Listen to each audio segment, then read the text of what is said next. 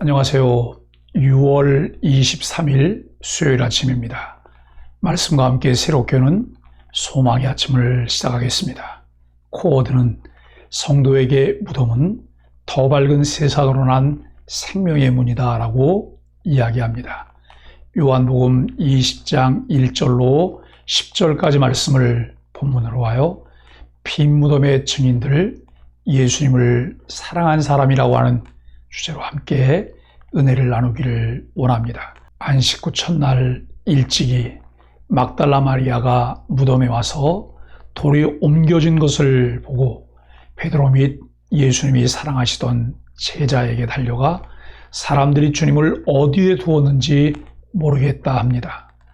두 제자가 달려가서 무덤에 들어가 예수님 머리에 쌌던 수건이 세마포와 따로 놓인 것을 보고 집으로 돌아갑니다. 그리스도의 부활은 하나님의 최초의 약속과 예언에 분명히 암시되어 있습니다. 원수가 그리스도의 발꿈치를 상하게 한 후 그리스도께서 뱀의 머리를 상하게 하시려면 그는 죽은 자 가운데서 다시 살아나셔야 했습니다.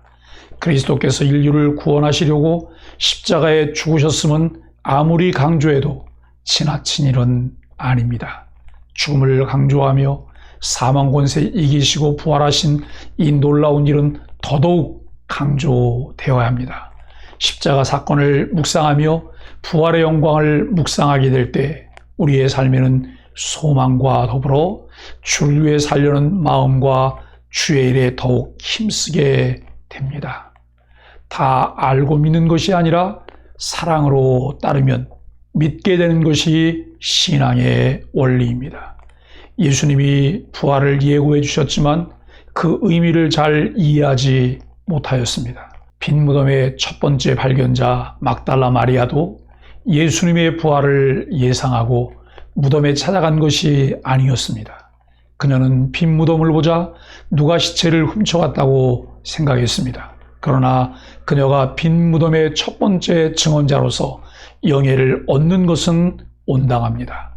비록 부활을 믿지 못했어도 예수님을 사랑했기에 안식 후 첫날 일찍이 무덤에 찾아간 것입니다.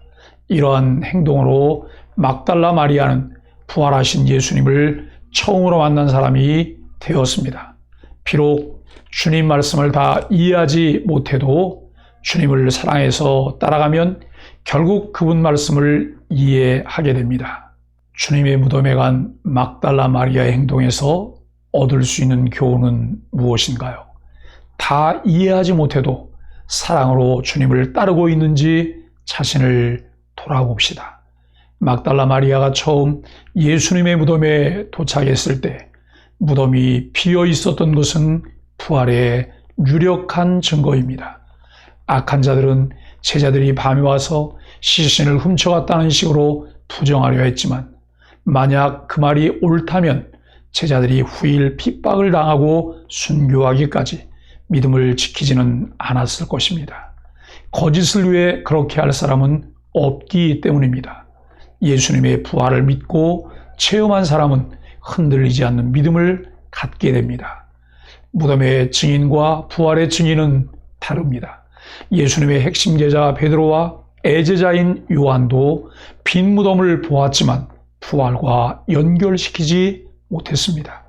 그들도 누가 시체를 훔쳐갔다고 여겼을 것입니다. 그런데 예수님의 시체를 쌌던 천과 수건이 남아있으니 의아해했을 것입니다.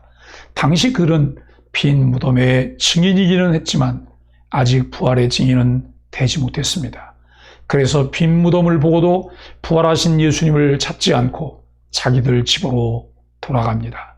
다만 그들도 막달라 마리아처럼 예수님을 사랑해서 끝까지 따라갔기에 나중에 부활의 주님을 만나는 증인이 됩니다.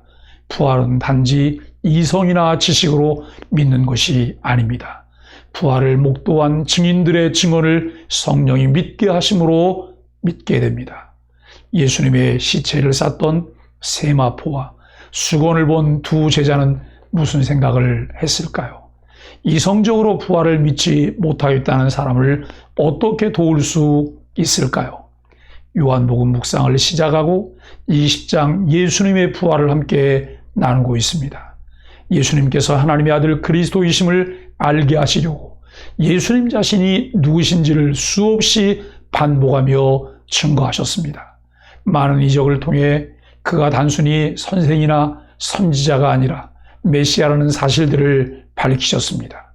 제자들을 부르시고 제자들과 함께 생활하시면서 그는 그의 인격과 삶을 보여주셨습니다.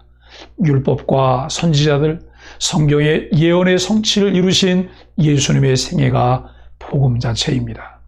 요한복음을 따라서 들려주시려는 복음의 메시지에 우리는 어떤 반응이 일어나고 있나요?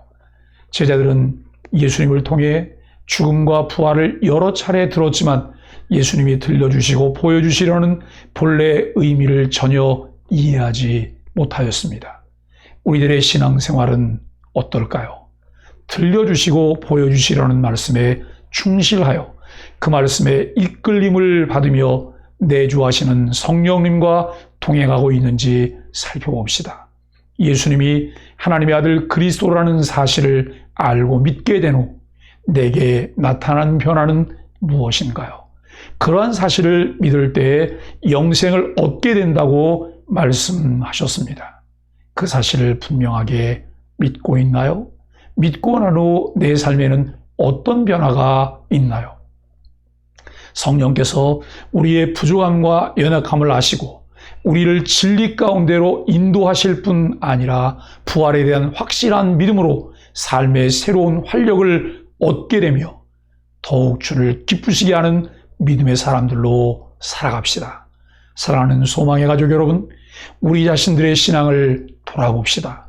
확실하게 깨닫고 믿을 수 있는 크고 작은 체험들이 삶의 곳곳에 나타나 무기력함을 이겨내고 새로운 모습으로 그리스도를 증언하는 증인으로 살아가게 되기를 예수 그리스도의 이름으로 간절히 축복합니다. 함께 기도하겠습니다. 사망 권세의 돌을 옮기시고 부활하신 주님을 찬양합니다. 빈 무덤을 보고도 부활의 주님을 깨닫지 못했던 제자들처럼 절망적인 현실로 인해 눈이 가려져 말씀을 깨닫지 못하는 일이 없도록 도와주옵소서. 다시 사신 주님을 향해 사랑으로 다름질의 기쁨과 승리를 맛보게 하여 주옵소서. 예수님의 이름으로 간절히 기도합니다. 아멘.